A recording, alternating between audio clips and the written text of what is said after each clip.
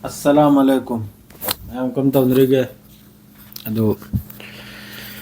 hauzik na bu Manipur gi maramda video se am khaktan gan he se video hum ne ina se mi se makkida mathang ngarang de namai video am ba hogat pang modre me amaro bi ade Manipur si hauzik president rule di oire do karam ta khar hoige na hi di seng na ibda Maite is now khar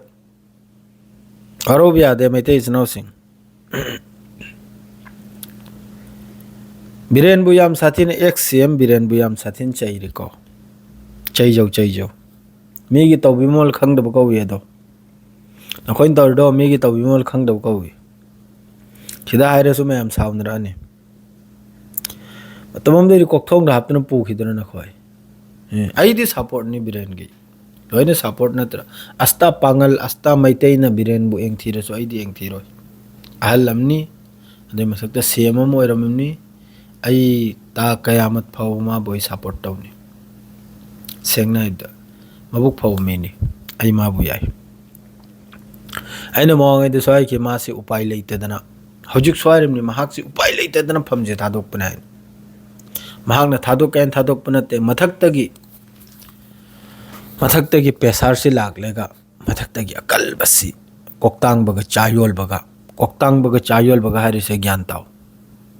koktang baga chayol basiga mathak tagi akal ba adredi amana bu santhine hena tangi haiba mioi do laklam mi do maga santhine hena tangi haiba mioi do makhoi makhai sina pham lega phajana leirambadagi kana gum khangbro mahak se sarkar thado anaiba kana gum da hairam bro mai chum na ma chachakrim natro irupa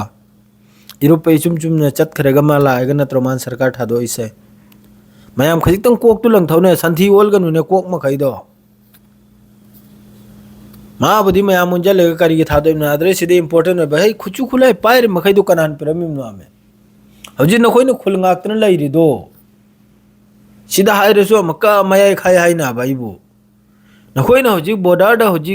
kai nomrak ta chingya na ya da leibak halle ga khuchu khulai pai dan lai ri do kanan piramim no ame kanana CM oring da na khoi pai horim no ame adu khajitang khallo ame na khoi bo adum ta ngang na pangang to uchi am ga hodo mong gi video si sadane ne mi bu adum ta kanam taw gana ame hoji kam tawraga hoji president rule la si kam tawraga ma hello thokani kam tawraga thengna ni kam tawraga kanu rule oidor du nangi tampak tu na me 650 square du na me rule oi ge dor do PR rule do adu khakta na me president rule do atai dai ta me no hoibo gyan taw me leiribe sarkar si na khoi na kok thong da thang na pu do pu gar na me tok thok lo me tan thok wa me loina Manipur du dagi leiribe MLA minister loin tan thok wa me am phau tham mu na me loin tan thok wa me sidan hoi lai pham na ta ne decision nam lo ba nam da ba MLA minister na khoi sida kai do dun lai ga do loin tan thok hinim na me seng na ibda kare dia khoi ju lap na ma pandi u bani na yeng ba nam u phang ya ba kari phibam no aipse kari phibam oira kana aipse hojik changjal ani loina thomdo ani madrai di lairiba kai nom khai dure su loina laujal si loina mathak tagi loina sila imna base si gi sarkar se si nang kanano ai kanano karimte yeng bajatu na taba bas magi faida khakte yeng bajatu na ba bas only for magi faida khangi bra sida nang karano nang pangal nang maitai nang kuki adu karim tam hoi adu go kuro len den laite mawangai dana che jang de loin loi thokram ni pitho khodok dan loin loi khram ni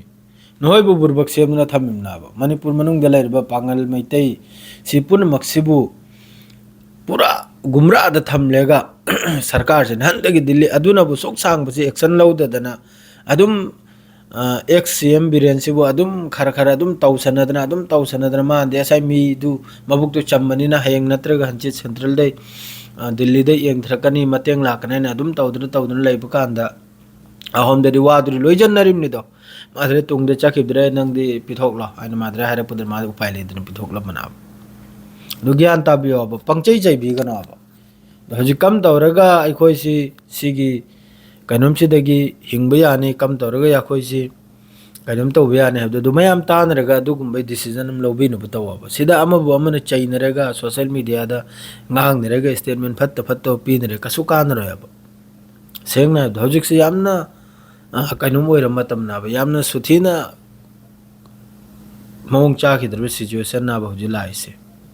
adu khaktani aina haijrise to manipur sidadi ka helbigunu mayam adu khaktani mayam amato oiraga kam tawraga aphaba lambi lakane habdo adu famlega phajana du adu tanabiu do na higi de side loijare assalamu alaikum